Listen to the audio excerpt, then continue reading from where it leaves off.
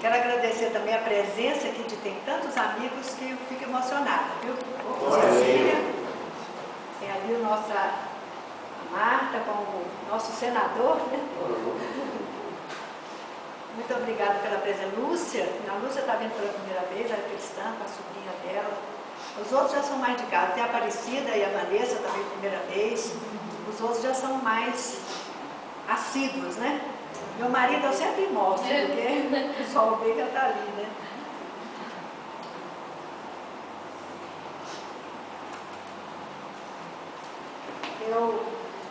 Nós vamos abrir a Bíblia em 2 Reis.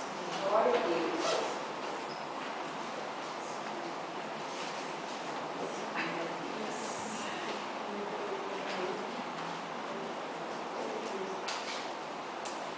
Segunda Reis, todos acharam? Verso, capítulo 5.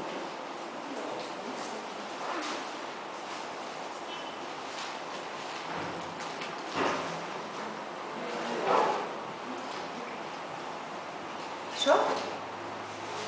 Marta, achou? Segunda Reis, capítulo 5.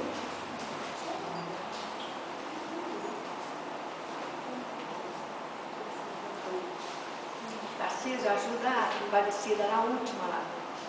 Ela não achou ainda. Então, o tema que eu encontrei neste capítulo 5 é doença que o homem não pode curar. E o título da minha mensagem é o Evangelho e o Homem Natural. Então, vamos ler 2 Reis, capítulo 5. Naamã, comandante do exército do rei da Síria, era grande homem diante do seu senhor, e de muito conceito, porque por ele o Senhor dera vitória à Síria. Era ele herói da guerra, porém leproso. Nós vamos ler só esse versículo agora, mas por favor continue com as Bíblias abertas, para vocês irem aí me ajudando também. Achou, Marineide? Achou? Esta aqui é uma grande apresentação do Evangelho. Aí vocês vão me perguntar o seguinte: mas o quê? Isso aí é Evangelho? É mensagem cristã? Eu vou responder para vocês exatamente. Isso aqui é no Velho, mas no Velho Testamento, irmã Lúcia, tem Evangelho? No Velho Testamento tem Evangelho, sim. Então, no Velho Testamento e no Novo Testamento, nós temos Evangelho, porque a Bíblia é uma só. E ela fala de Deus, né? Deus, tanto no Velho como no Novo, é o mesmo, ele não muda. Então, algumas pessoas dizem assim: minha Bíblia é uma biblioteca. Não é. Bíblia não é biblioteca. Estava conversando isso até com o Tarcísio outro dia. Então, a Bíblia, porque ela só tem um tema, então ela não é uma biblioteca. E ela tem 66 partes. Ou então eu posso falar 66 seções. Mas é só um livro. Porque a mensagem, eu vou dizer qual é a mensagem geral da Bíblia. É sobre o que Deus fez com relação ao homem pecado. Desde Gênesis até Apocalipse. Deus trabalhando com o homem em pecado. Vou tomar água, por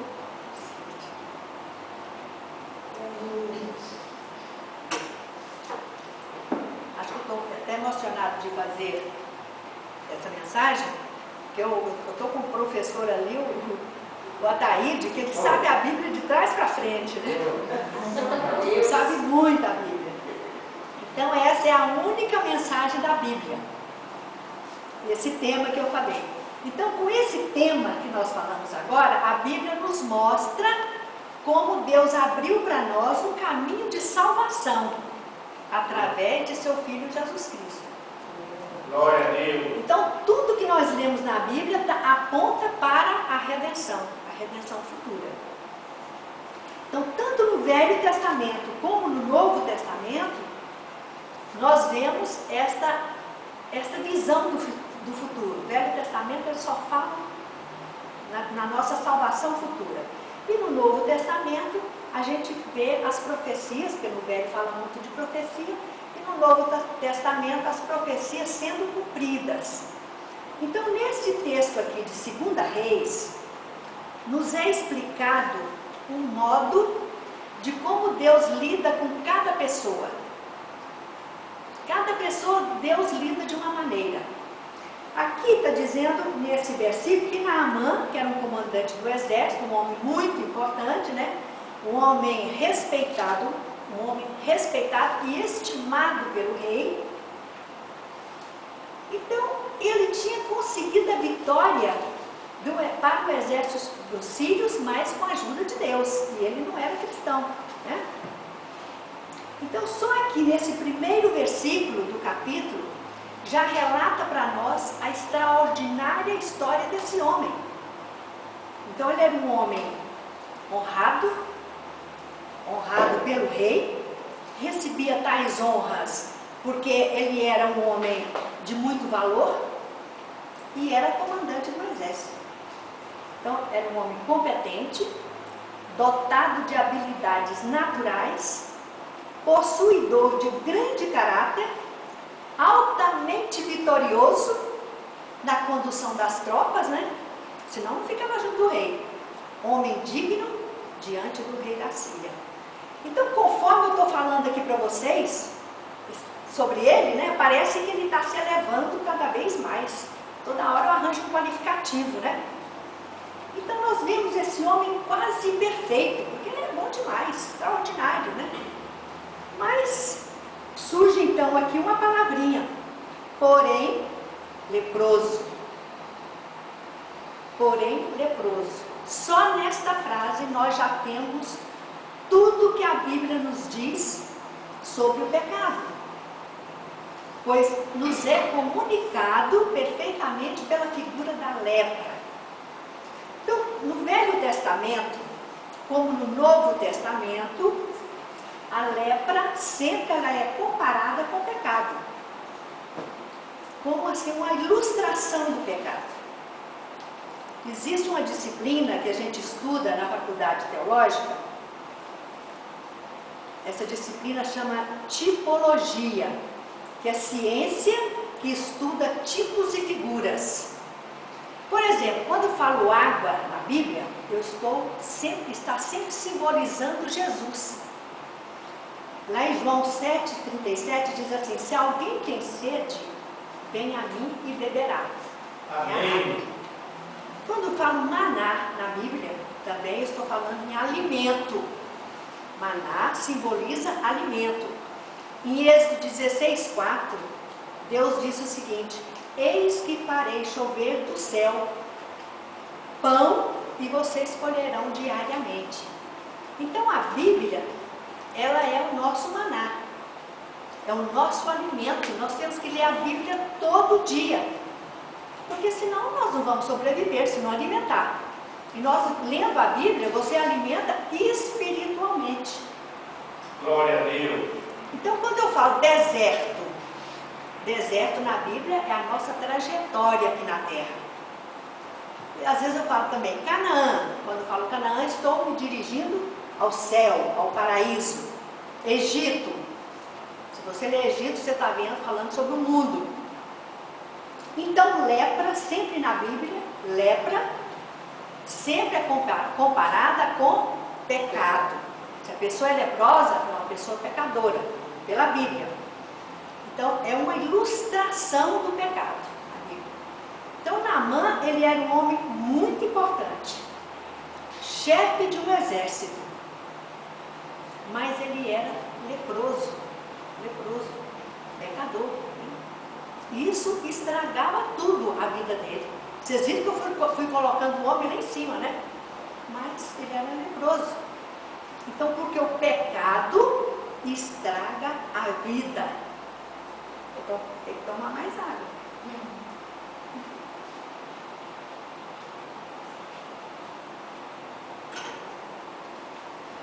Então, a lepra, ela é uma doença muito cruel. E o pecado é um problema profundo para o nosso entendimento, para a nossa capacidade de entender. É profundo. Então vamos continuar, vamos ler o verso 2 aí comigo. Diz assim: saíram tropas da Síria e da terra de Israel. Levaram cativa uma menina que ficou ao serviço da mulher de Naamã. Então acontece que essa serva que ficou lá na casa de Naamã, era menina ainda, né? Ela foi capturada numa escaramuça entre Israel e Síria, uma briguinha deles lá, né?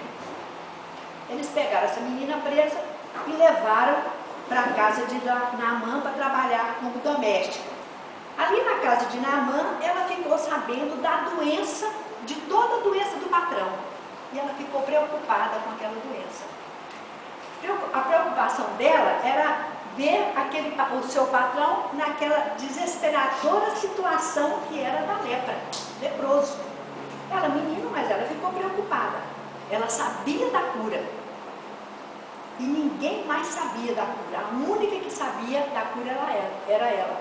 Então ela teria que indicar a cura. Aí ela disse à sua patroa o seguinte: de onde eu venho, em Samaria, existe uma cura para o meu patrão. Lá o poder de Deus já se manifestou e manifesta sempre. E esse poder vai curar o meu patrão. Glória a Deus. Então a menina já tinha a resposta para aquela doença. Então, verso 3. Disse ela à sua senhora: tomara o meu senhor estivesse diante do profeta que está em Samaria, ele o restauraria da sua lepra. Então a cura estava ali, tão perto deles, né? Mas Naamã, sua esposa, o rei da Síria, ninguém sabia da cura, ninguém. Só a menina. A menina era a única que sabia a resposta. Ninguém a conhecia, ninguém sabia dela. Ela era insignificante. Ela era alguém que ninguém se importava com ela. O rei também não se importava, não sabia dela. E como que o rei poderia saber de uma serva? O que é uma serva para o rei? O mundo está sempre olhando assim para as grandes direções, exceto para uma única direção. Aquela direção que tem cura. O mundo não olha. Que é essa aqui, né? Vocês sabem. Glória a Deus. Aleluia. A única direção é essa. Ninguém olha para ela. Então, o dever de uma igreja cristã, o nosso dever também como cristãos, é como da jovem serva. É o de indicar a cura. Ela indicou a cura. Então, o nosso dever é esse. Então, a única cura, quem é essa cura? A única cura é Jesus, não tem outra. Glória a Deus. Porque Ele é a cura. E nós também, nós temos de ter este compromisso, nós como cristãos, de indicar a cura para o tratamento da alma. Glória a Deus. Então, nós como cristãos, temos de dar o nosso testemunho indicando quem realmente cura. E esse testemunho é o mesmo que foi dado, quer dizer, esse testemunho que eu estou dando é o mesmo que foi dado daquela menina. Ela deu testemunho para sua jovem patroa, né? Não dizemos, nós cristãos, nós não podemos dizer que a gente vai também curar, assim, vamos dizer que nós podemos curar o mundo. A gente não pode falar isso, né? Mas nós sabemos quem pode. Nós, como cristãos, temos o dever de indicar quem cura. Aleluia. Então, isso era tudo que a jovem sabia. Ela não podia curar a lepra. Ela não estava com a menina, não sabia curar a lepra. Não podia, né? Mas ela sabia que havia uma cura. A jovem viera de uma terra onde o poder de Deus já havia se manifestado. E ela disse: se o meu Senhor tão somente se pusesse sob esse poder, sua lepra seria curada. Olha a fé dessa mulher. Então, nessa história que nós lemos aqui, nós observamos que todos ficaram preocupados. Que o rei também ficou preocupado com a doença. do seu general, né? Não sei se ele era general, eu sei que ele era comandante das tropas do exército, mas se era muito importante, devia ser general, né? E aqui está o rei da Síria, senhor de Naamã, que fez de tudo para curá-lo, mas não pôde. Vamos ver o verso 4. O verso 4 diz assim: então foi Naamã e disse ao seu senhor, que é o rei. Assim falou a jovem, que é da terra de Israel. Então Naamã foi até ao rei e contou para ele que tinha alguém que conhecia, sabia de um lugar onde poderia curá-lo, né? A criada, ela tinha a solução para o problema, a única. Ela sabia do remédio certo. O remédio todo está aqui, na mensagem bíblica. Glória a Deus. É o conteúdo da salvação cristã. Então a solução está aqui. Mas os reis preocupados com as grandes questões, né? Os reis não se interessam. Rei nenhum. Quando a gente diz rei, porque na Bíblia diz rei, mas a gente está dizendo a cúpula também nossa, né? Ninguém se interessa por isso aqui. Ninguém. Porque os interesses deles são outros, não esse. Lá em 1 Coríntios 1:27, diz assim: Deus escolheu as coisas loucas do mundo para envergonhar os sábios. Quer dizer, as loucas era a menina, né? Deus escolheu as coisas loucas desse mundo para envergonhar os sábios. Então, uma serva, menina ainda, sabe o que os reis não sabem. Aí continua no versículo 27, ainda diz assim: Deus escolheu as coisas fracas desse mundo, que é a menina, para envergonhar as fortes, que eram os reis, né? E continua no verso 28, diz assim: Deus escolheu as coisas humildes do mundo e as desprezadas, que a menina é escrava desprezada, né? E aquelas que não são, para reduzir a nada os que são. Então ele reduziu o rei a nada, né? Então, apesar da cura existir, do poder de Deus existir, o mundo ignora completamente. Quando eu falo mundo, é aí fora, você já sabe, o mundo não ignora completamente a cura. Por quê? Porque o mundo é cego. Ignora o poder de Deus. O mundo ignora o único que cura. O único que é capaz de restaurar a pessoa do pecado. Aleluia. E esse é Jesus Cristo, o poder de Deus. Então a resposta ao problema não está no palácio, não está na sala da corte dos reis, não está entre os cortesãos, não está entre os bajuladores lá da corte, né? Está lá na cozinha, né? No local mais humilde, local de trabalho. Então a Bíblia fala disso, do princípio ao fim, da humildade. Então a história secular, infelizmente, só se interessa pelas grandes dinastias, impérios, grandes impérios, que é Egito, Babilônia, Assíria, Caldeus. Eles só falam aquelas coisas altas. Eu estou falando o nome da Bíblia, mas vocês poderão colocar outros nomes aqui também. Então ali estão os grandes reis, capitães, os magos, os astrólogos. É por essas coisas que eles se interessam. Mas a verdadeira chave da história está num país chamado Palestina, que ela fica assim numa pequena faixa de terra. Parece que eu estou vendo até o mapa, né? Pequenininha, fininha. É um país insignificante perante as outras nações, muito pequenininho. Perante os impérios é uma faixinha de nada. Então esse pequeno país, ele figura na Bíblia o tempo inteiro, do princípio ao fim. O tempo inteiro ele figura na Bíblia, esse país. Então ele está sempre trazendo a resposta. Ele está sempre, esse país, sempre trazendo a solução, dando a resposta procurada pelos grandes e poderosos. E esse é o método de Deus, porque Deus vê tudo. Deus, Ele sabe de tudo, o método dele é esse. Ele vai no um paísinho pequenininho, aquele ali é meu povo. Aleluia.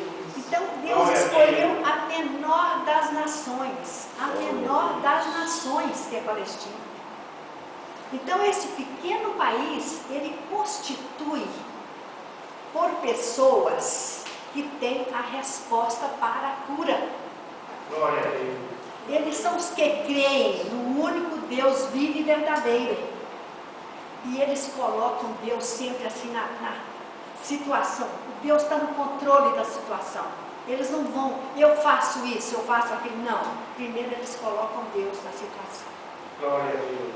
Então na Bíblia nós podemos ver várias histórias que ilustram com exatidão isso que eu estou dizendo para vocês. Quem tem a resposta é sempre uma pessoa sem muita importância. Uma pessoa humilde e modesta. Sempre são as pessoas que têm a resposta. Vocês lembram, todos vocês aqui conhecem da história de José do Egito. No Egito, para quem não sabe,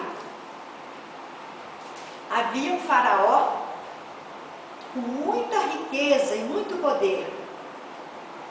Aí, de repente, ele se vê ameaçado por um problema terrível. Vem a fome ao Egito. E o que é que se pode fazer com aquela fome?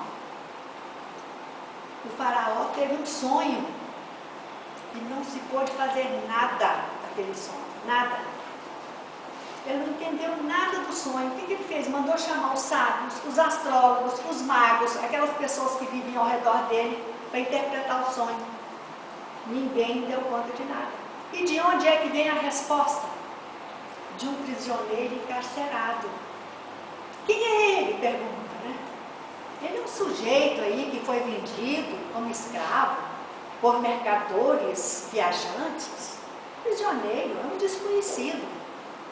Mas, meus irmãos, foi esse desconhecido é que vem, através dele, é que vem ao Egito a libertação da fome.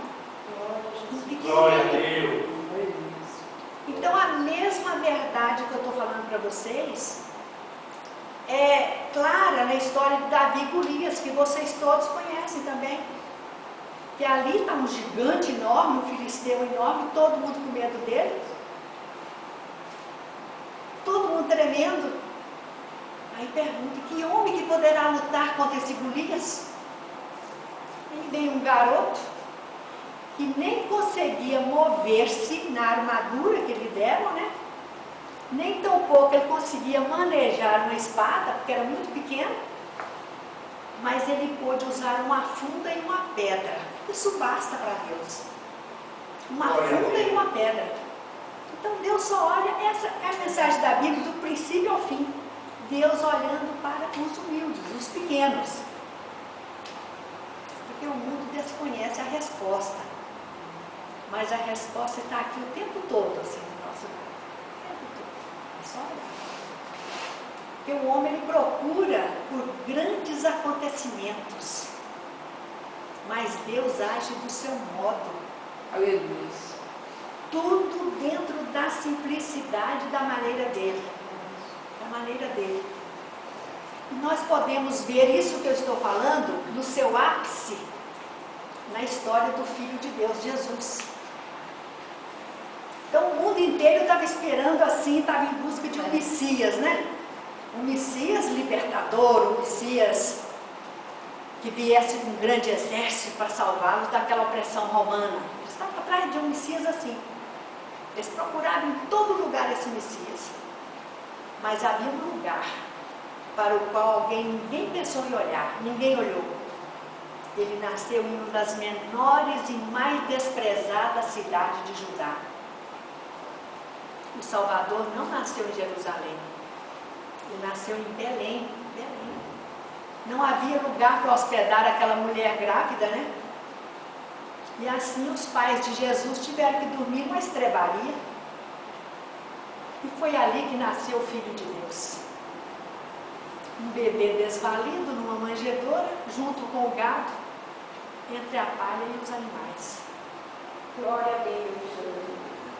Os reis e os poderosos nada sabiam sobre ele, nada. Mas foi assim que ele veio, na humildade.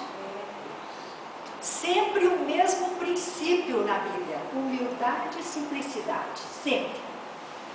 Porque esse é o método de Deus. A resposta está aí a toda hora, a resposta do problema, que é a glória do Evangelho. Glória a Deus.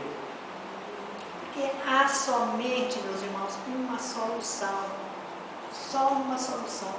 Só uma resposta para o problema. Para o problema do pecado. Nós estamos falando aqui da lepra, do problema do pecado. Qual é? É o Evangelho de nosso Senhor Jesus Cristo. Aleluia. É isso que eu estou fazendo hoje aqui nesse púlpito. Todos nós estamos dando testemunho disso, nós sabemos. Quando o mundo começar a compreender que o homem, que para o homem é impossível, nós vamos dizer assim, nós cristãos, né? Não para Deus. Porque para Deus todas as coisas são possíveis. Glória a Deus. Porque em Deus, em Jesus, há um poder ilimitado. Há um poder assim miraculoso, ele está sabendo disso. É um poder precioso no sangue do Cordeiro. E este poder, ele opera maravilhas. Aleluia. Graças a Deus que eu estou aqui. Estou tendo esse privilégio, neste momento, de falar sobre esse poder para vocês. Aleluia, Deus. Eu não estou aqui para fazer assim, para pregar um poder vago. Não. Um poder indefinido. Eu estou aqui para pregar, para indicar uma pessoa para vocês. Alguém que habita conosco, que é o Espírito Santo de Deus. Glória a Deus. Ele habita em nós, com toda a plenitude da deidade, porque Ele é Deus também, Deus Pai, Deus Filho e Deus Espírito Santo. Aleluia. Eu falo também para vocês de Jesus Cristo, aquele em que Deus tem colocado todas as suas riquezas e todos os tesouros da sua graça, da sua sabedoria e do seu poder. Aleluia. É como diz Paulo lá em 1 Coríntios 1:23, ele diz assim: nós pregamos a Cristo crucificado.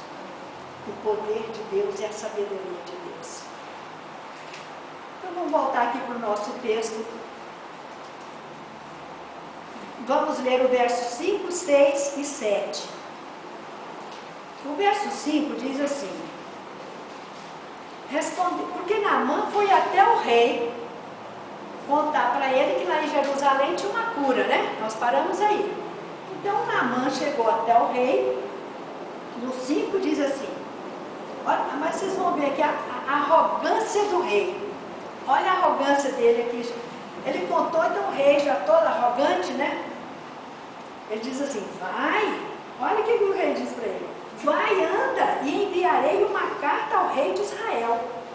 E ele partiu e levou consigo 10 talentos de prata, 6.000 ciclos de ouro e 10 vestes finas. Meus irmãos, essa quantidade, esses 10 talentos de prata, vocês sabem quantos quilos que dão de prata? Dão 350 quilos de prata. É uma carruagem enorme para levar 350 quilos de prata. Né? 6.000 ciclos de ouro são 70 quilos de ouro. Não é pouca coisa. E 10 mudas de roupa fina. E assim Naamã pega aquela quantidade de coisa e parte, né? E de repente ele chega lá na porta do rei de Israel, aí entrega a carta que ele trouxe. A carta é enviada pelo rei da Síria, que o rei mandou você curar um enfermo. Agora vocês escutam a resposta no verso 7. É até interessante. O verso 7. Tendo o rei lido a carta, rasgou as suas vestes. Ele rasgou porque não sabia como é que ele ia curar. Ele não sabia como curar, né? Rasgou as suas vestes e disse: acaso sou Deus com o poder de tirar a vida ou dá-la, para que esse envie a mim um homem para eu curá-lo da sua lepra? Notai, pois, e vede que procura um pretexto para romper comigo.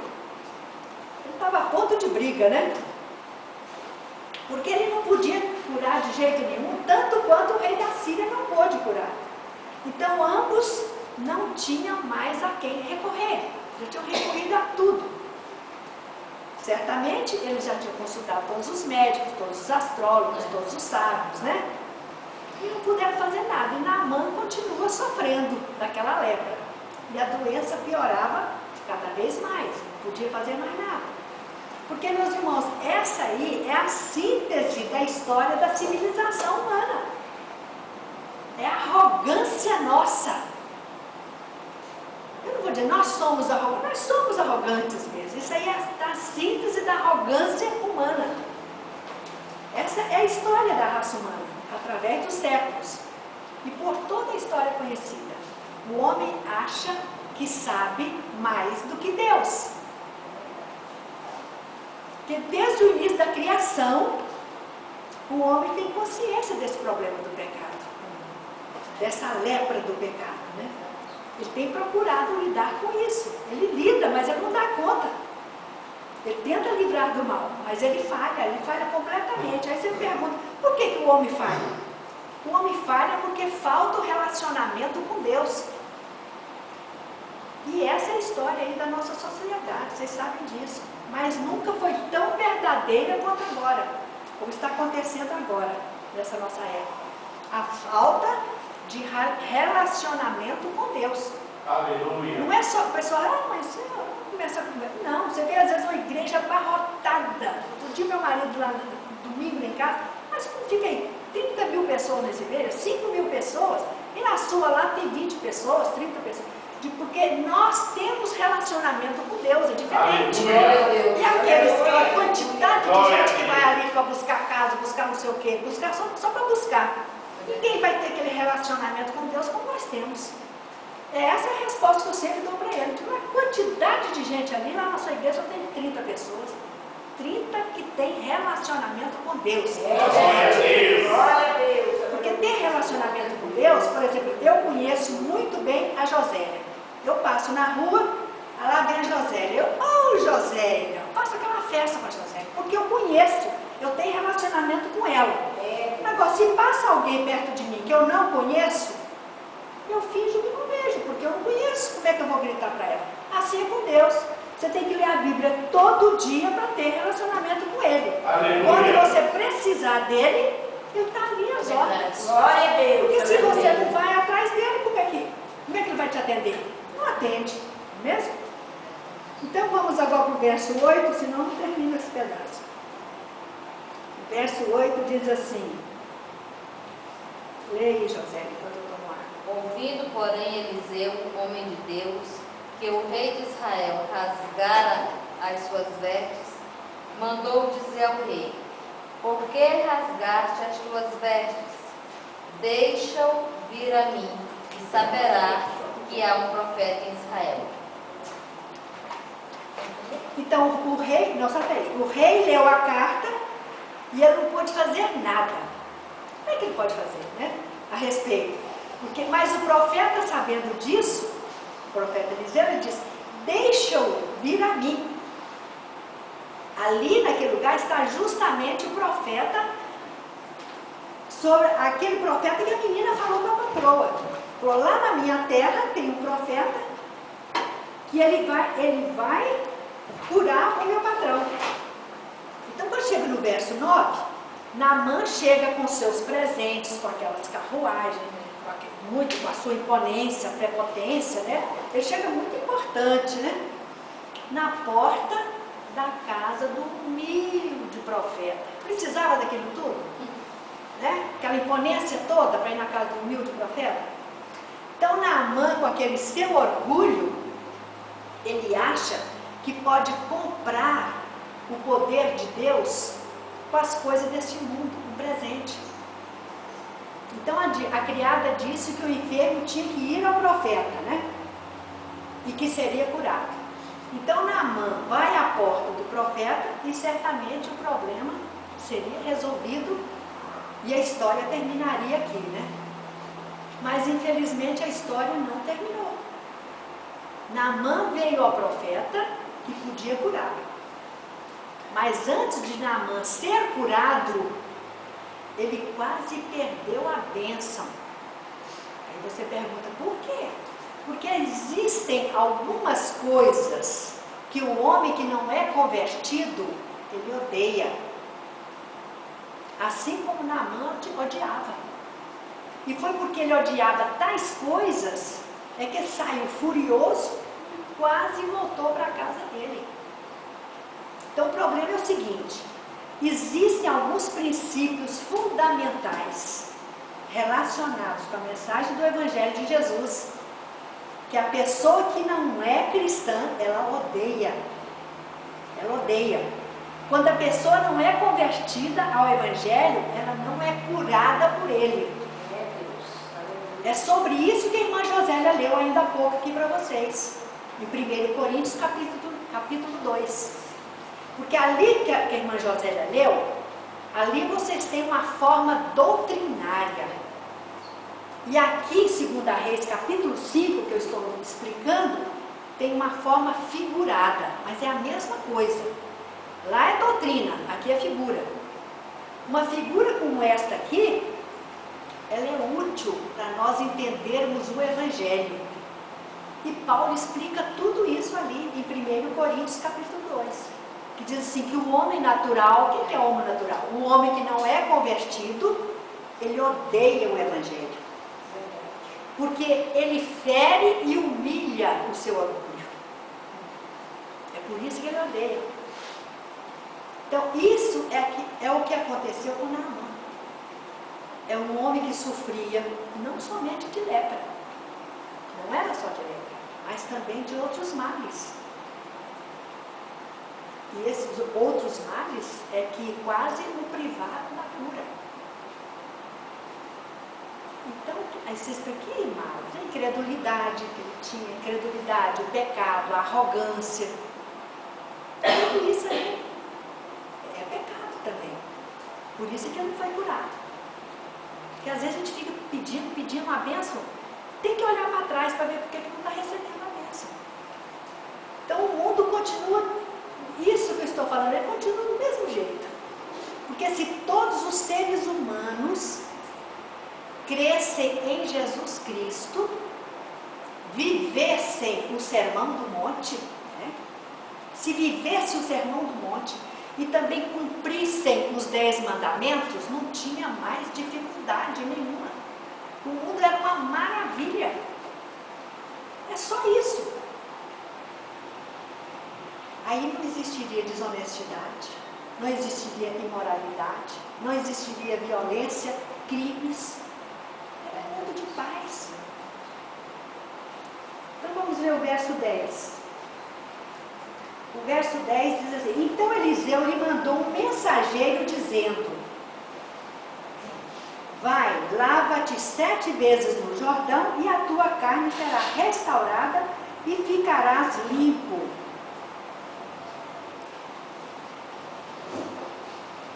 Então ele tinha ido lá para ser curado, não tinha? O Naamã. E o meio de curar-se era aquele, por meio do rio Jordão. E Naamã, na sua arrogância, porque ele era muito arrogante, ele não gostou da história. Por que o Jordão? Achou ruim. Por que o Jordão? No verso 11, diz que Naamã muito se indignou e se foi dizendo.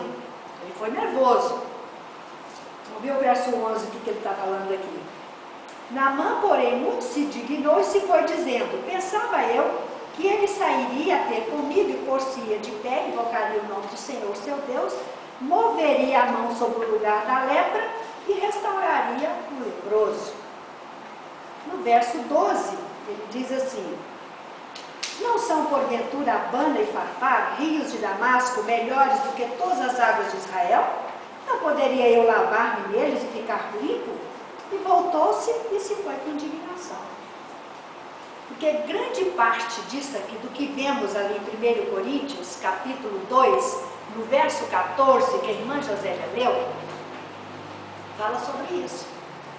Diz assim: ora, ela leu muito bem, ora, o homem natural, quer dizer, o homem que não é convertido, não aceita as coisas do Espírito. Não aceita as coisas do Espírito de Deus, porque eles são loucura.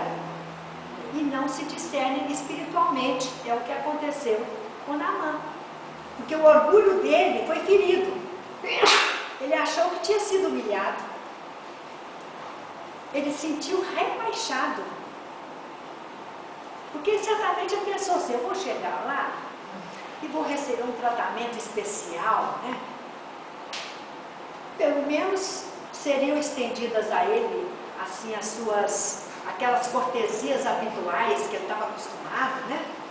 Um homem na sua posição não podia ser tratado daquela maneira, apenas recebendo um recado verbal de um mensageiro.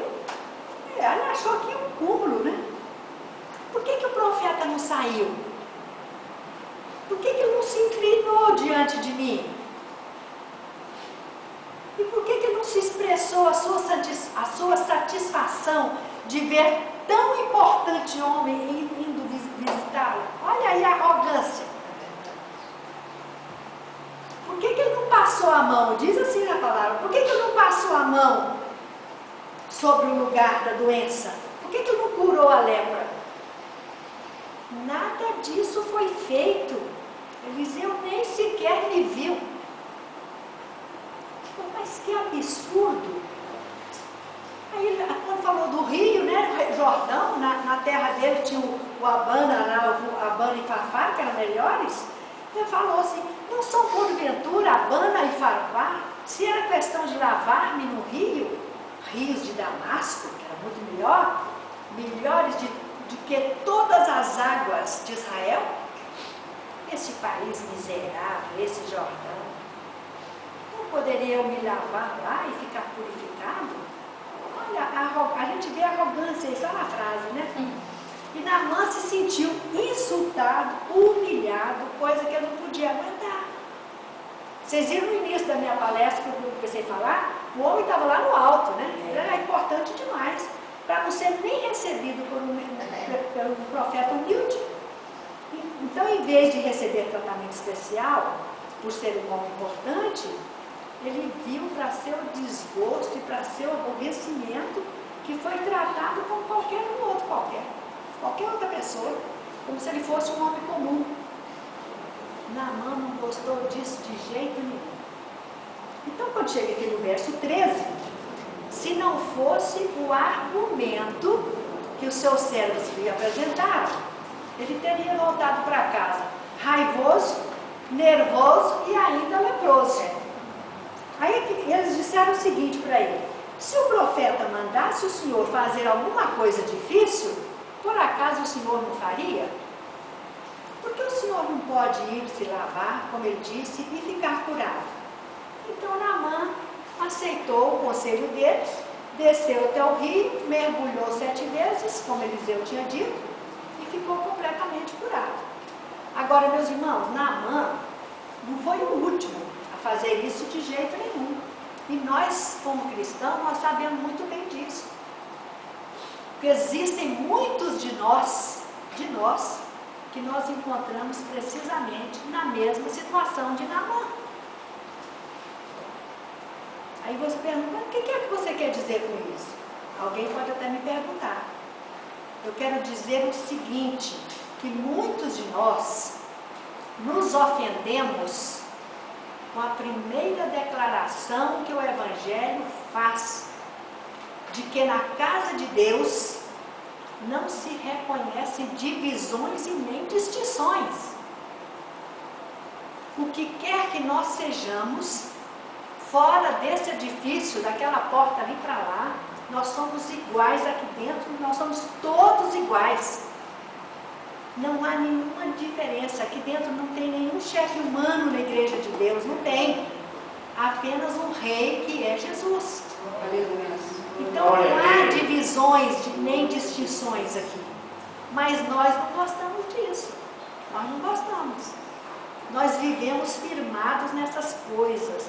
Nós estamos acostumados com bajulações.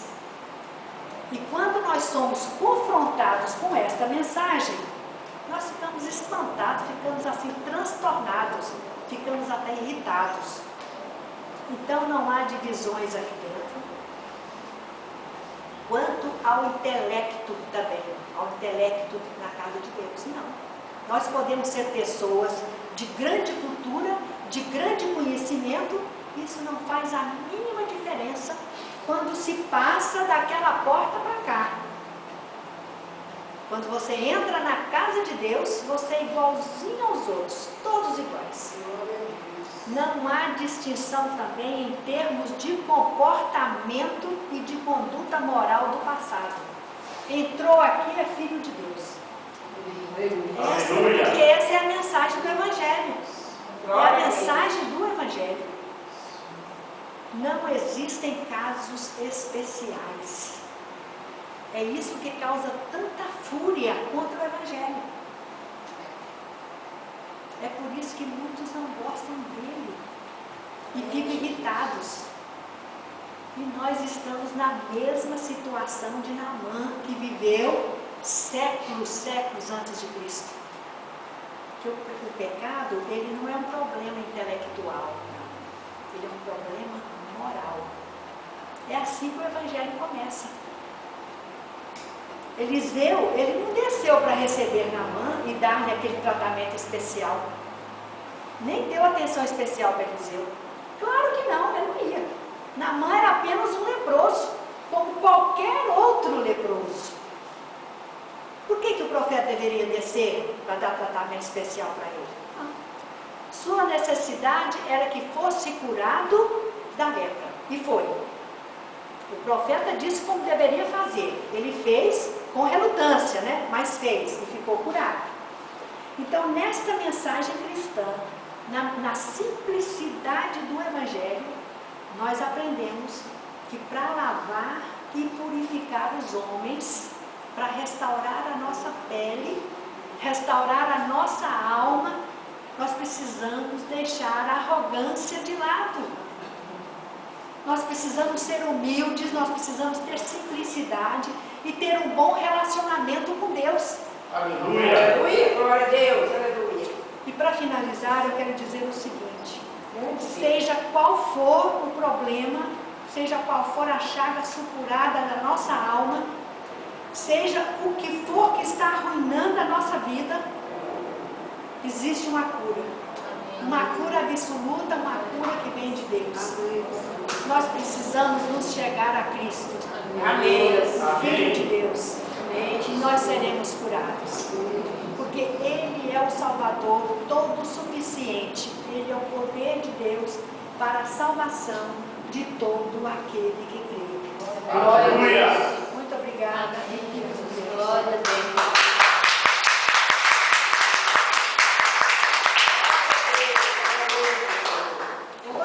Convidar a pastora Dominique para vir fazer uma oração e ungir as pessoas com óleo. Depois a gente passa a palavra para você, tá? Glória a Deus. Glória a Deus.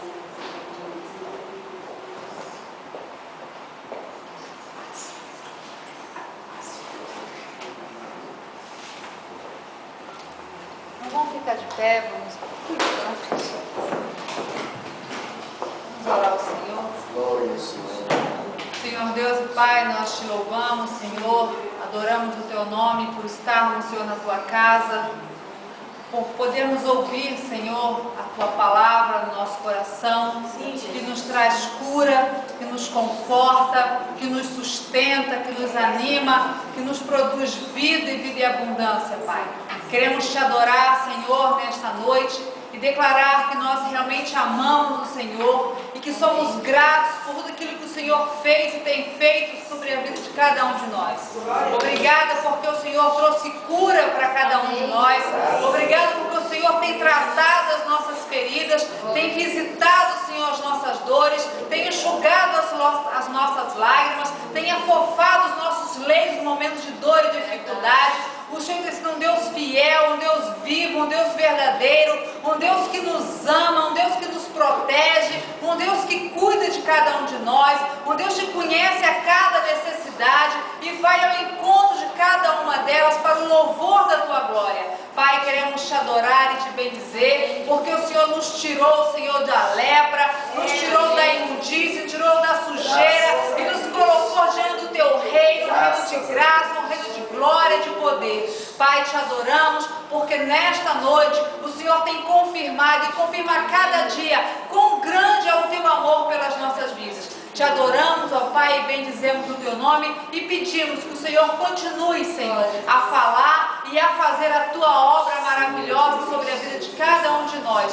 Que nós possamos ser como essa menina, Pai, um instrumento do teu poder, que os nossos lábios possam falar as tuas palavras e trazer, levar a cura, Senhor, a encaminhar a cura àqueles que não te conhecem. Que nós podemos ser usados pelo teu Espírito, que a nossa boca venha a ser selada nesta noite pelo teu Santo Espírito, com a tua tenaz, e venha nos marcar, para que dos nossos lábios só saiam palavras de vida, de edificação, de cura, palavras ungidas pelo teu Espírito. Tira do nosso coração palavras que entristecem, palavras que magoam, palavras que ferem, e transforma-nos, Senhor, a cada dia. Que a tua bênção e a tua fidelidade seja sobre cada um de nós, para a glória do teu nome, em o nome de Jesus. Glória a Deus.